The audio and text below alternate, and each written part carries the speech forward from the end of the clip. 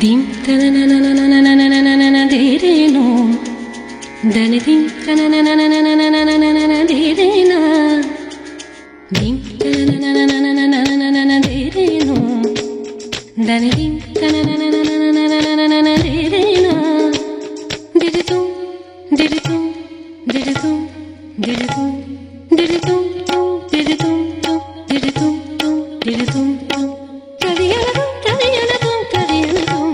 सारा विश्वर देवता होउछंती प्रभु श्री जगन्नाथ।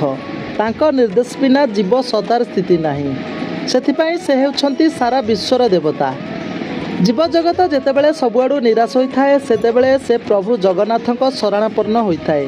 घोर संकटरू उद्धार पाई जप तप हेउ किंबा होम यज्ञ माध्यम प्रभुଙ୍କ आगरे निजर गुहारी जणाई थाए। आज एमिति किछि दृश्य देखा मिलता खोर्धा जिला जटणी अंचल रे। जटणी चिन्मय मिशन आनुकूल्य संप्रति चलुथिबा ईरान अमेरिका महायुद्ध रे शांति फेरिबा उद्देश्य एक शांति महायज्ञर आयोजन करा जायतिला।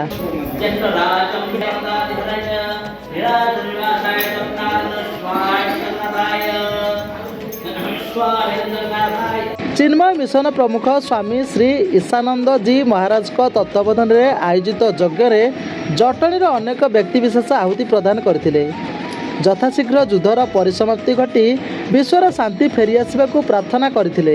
एथिसहित युद्ध और हिंसार मार्ग छाड़ी शांतिपूर्ण सहअवस्थान पाई विश्व नेतृबृंद को अपील करथिले। वर्तमान विश्व रे जो युद्ध चली से धन जीवन सबकिछि क्षयक्षति होछि। वर्तमान विश्व रे एपरी परिस्थिति आसिकी पहुंची माने से कल्पनातीत।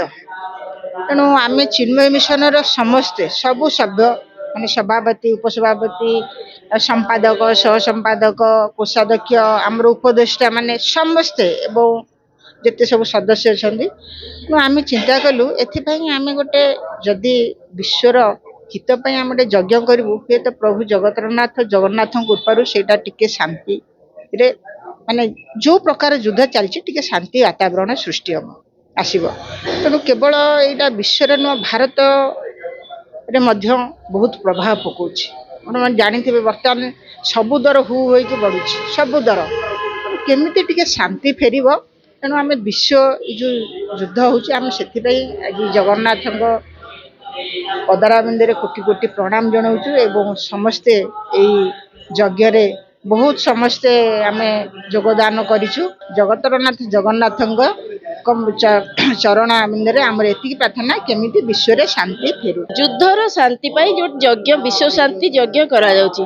जो भलिया भाव रे युद्ध चलती मध्य प्राच्य अंचल रे अनेक जन जीवन क्षय क्षति होउची, जनमानसर क्षय क्षति होउची, पृथ्वीर क्षय क्षति होउची, पर्यावरण क्षय क्षति होउची। से सबुर निहाती रूपे बंद हवा दरकार एवं जनमानसर कल्याण निमित्त युद्धर जो पराभव अच्छी से अत्यंत कष्टदायक समस्त सारा पृथ्वी प्रति धरा प्रति तार बंद पाइका आज जो भाया भाव में स्वामीजी एठी प्रयास करिसेंती समस्त समूह को नहीं विश्व शांति महायज्ञ करुचंती युद्धर बंद पाई गोटे बहुत महत् चिंताधारा को लेकरी युद्ध केबे कल्याणकारी नुहे, युद्ध सब बड़े विनाशकारी। तो से विनाश को प्रतिहत करने जो यज्ञ आरंभ करा जायछि ताहा निश्चित भावे बहुत भल कथाटे होउछि। महत उद्देश्य नहीं कि कामटी होउछि, महत उद्देश्य सब बड़े सफलता प्राप्ति होता है। आज्ञा वर्तमान पारिपार्श्विक परिस्थिति जहाँ युद्ध जो हिसाब से चली आम उपर भी आंशिक प्रभाव तार पड़ुछि। प्रत्येकटा क्षेत्र में दरदाम वृद्धि हो बा इंटरनेट हो जेकोसी क्षेत्र में आम उपर भी आंशिक प्रभाव पड़ुछि। आम तो विशेष किसी करें केवल प्रार्थना करने छड़ा सेटा को ही आम चिंता कलु जे आम आउ किसी करवानी केवल ठाकुर को डाकिबा भगवान का नाम नवा एवं कहवा जे केमिति युद्धटा बंद हो। से युद्ध क्षेत्र में शांति पाई आमर गोटे छोटिया प्रयास भगवान हमको निहाती भाव में सहाय हे यहाँ।